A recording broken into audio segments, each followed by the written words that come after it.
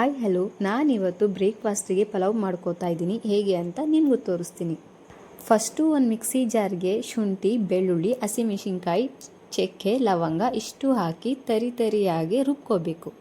Next ಒಂದು ಕುಕ್ಕರ್ಗೆ ಸ್ವಲ್ಪ ಗೀ, ಸ್ವಲ್ಪ ಆಯಿಲ್ ಹಾಕ್ಕೊಂಡು ಬಿಸಿ ಮಾಡ್ಕೊಬೇಕು. ಏಲಕ್ಕಿ, ಕಲ್ಲುವ, ಸ್ವಲ್ಪ ಓಂಕಾಳು ಹಾಕ್ಕೊಂಡು ಚೆನ್ನಾಗಿ ಸ್ಮೆಲ್ ಬರೋವರೆಗೂ ಫ್ರೈ ಮಾಡ್ಕೋಬೇಕು. ಸ್ವಲ್ಪ ಈರುಳ್ಳಿ ಹಾಕ್ಕೊಂಡು ಫ್ರೈ ಮಾಡ್ಕೋಬೇಕು. ಈರುಳ್ಳಿ ಫ್ರೈ ಆದಮೇಲೆ ಗ್ರೈಂಡ್ ಮಾಡ್ಕೊಂಡಿರೋವಂಥ ಮಸಾಲ ಹಾಕ್ಕೊಬೇಕು. ಹಸಿ ಸ್ಮೆಲ್ ಹೋಗಿ ಒಳ್ಳೆ ಸ್ಮೆಲ್ ಬರಬೇಕು, ಅಲ್ಲಿವರೆಗೂ ಫ್ರೈ ಮಾಡ್ಕೊಳ್ಳಿ. ಒಂದಷ್ಟು ತರಕಾರಿಗಳನ್ನು ಹಾಕ್ಕೊಂಡು ಚೆನ್ನಾಗಿ ಫ್ರೈ ಮಾಡ್ಕೋಬೇಕು.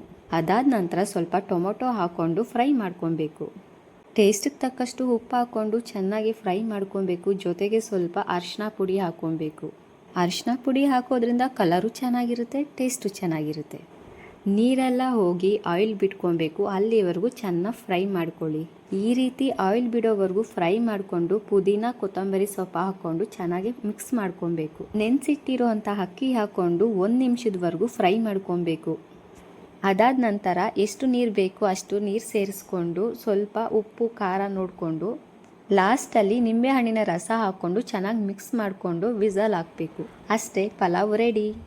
ನಾನಿಲ್ಲಿ ಯಾವುದೇ ಥರ ಗರಂ ಮಸಾಲ ಆಗಲಿ ಪಲಾವ್ ಮಸಾಲ ಆಗಲಿ ಏನೂ ಸೇರಿಸ್ಕೊಂಡಿಲ್ಲ, ಹಾಗೆಯೇ ಮಾಡಿದ್ದೀನಿ. ತುಂಬಾ ಟೇಸ್ಟಿಯಾಗಿ ಚೆನ್ನಾಗಿರುತ್ತೆ. ನೀವು ಒಂದ್ಸಲ ಟ್ರೈ ಮಾಡಿ.